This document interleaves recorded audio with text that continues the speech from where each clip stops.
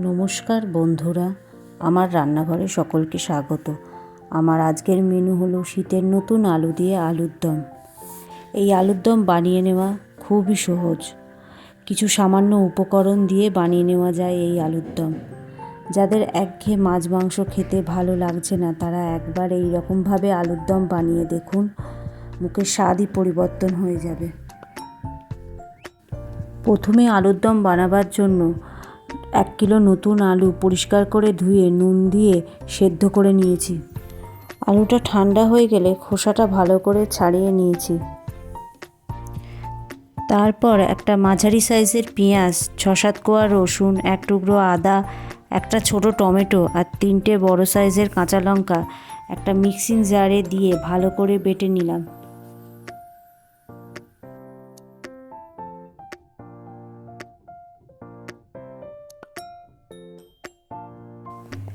তারপর গ্যাসে একটা কড়াই গরম করে তাতে পরিমাণ মতো সর্ষের তেল দিয়ে দিলাম।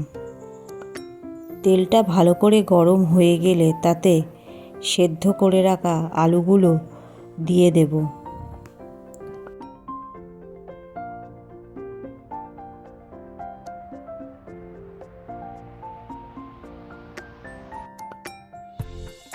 গ্যাসের ফ্লেমটাকে মিডিয়াম রেখে মিনিট 5 সময় ধরে আলুগুলোকে ভালোভাবে লাল করে ভেজে নেব।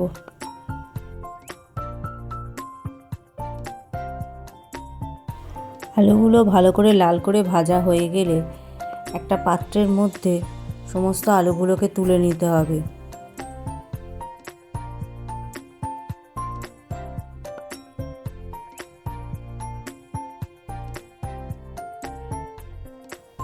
এরপর ওই একই তেলের মধ্যে পেঁয়াজ রসুনের যে বাটাটা তৈরি করেছি সেটা দিয়ে ভালো করে কষে নেব।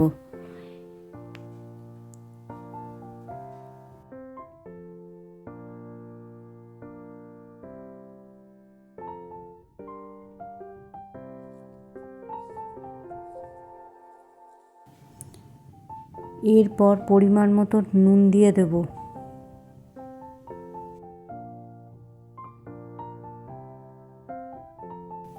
লো ফ্লেমেতে মশলাটাকে মিনিট 5 সময় ধরে ভালো করে কষে নেব। মশলাটা কষানো হয়ে গেলে উপর দিয়ে পরিমাণ মতন হলুদ, লঙ্কা, জিরে, ধনে গুঁড়ো, কাশ্মীরি লঙ্কার গুঁড়ো সব দিয়ে দেব।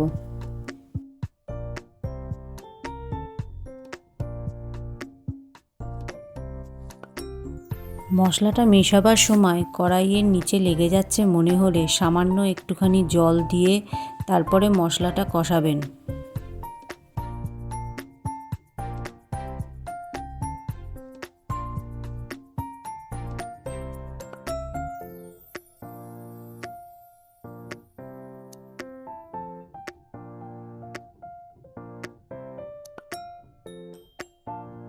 মশলাটা ভালো করে কষানো হয়ে গেলে তাতে 1 চা চামচ চিনি দিয়ে ভালো করে মিশিয়ে নেব।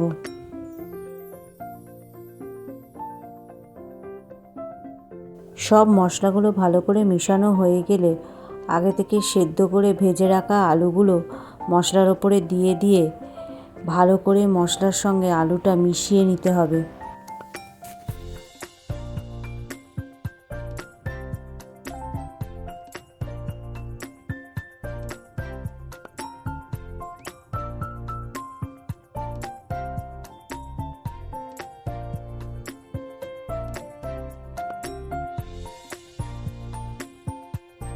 সমস্ত কিছু ভালো করে মেশানো হয়ে গেলে ওপর দিয়ে কিছুটা পরিমাণ কড়াইশুঁটি দিয়ে ভালো করে আলুর সঙ্গে মিশিয়ে নেব।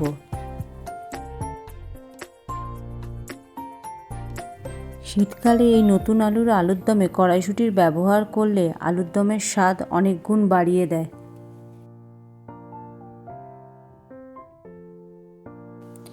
এরপর 1/2 কাপ পরিমাণ জল দিয়ে দেব।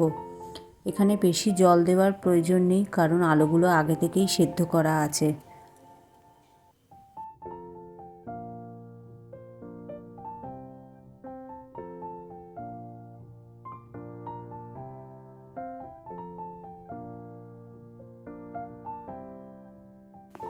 জলটা যখন ফুটতে শুরু করবে তখন ওপর দিয়ে কিছুটা পরিমাণ গরম মশলা দিয়ে নাড়াচাড়া করে নেব।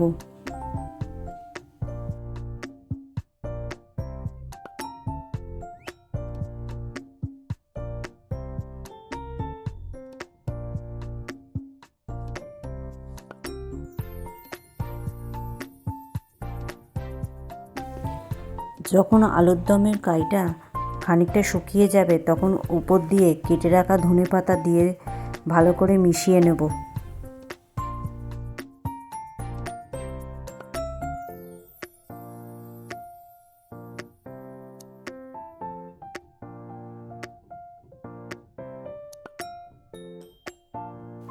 ব্যাস তৈরি হয়ে গেল আমাদের কষা আলুর দম।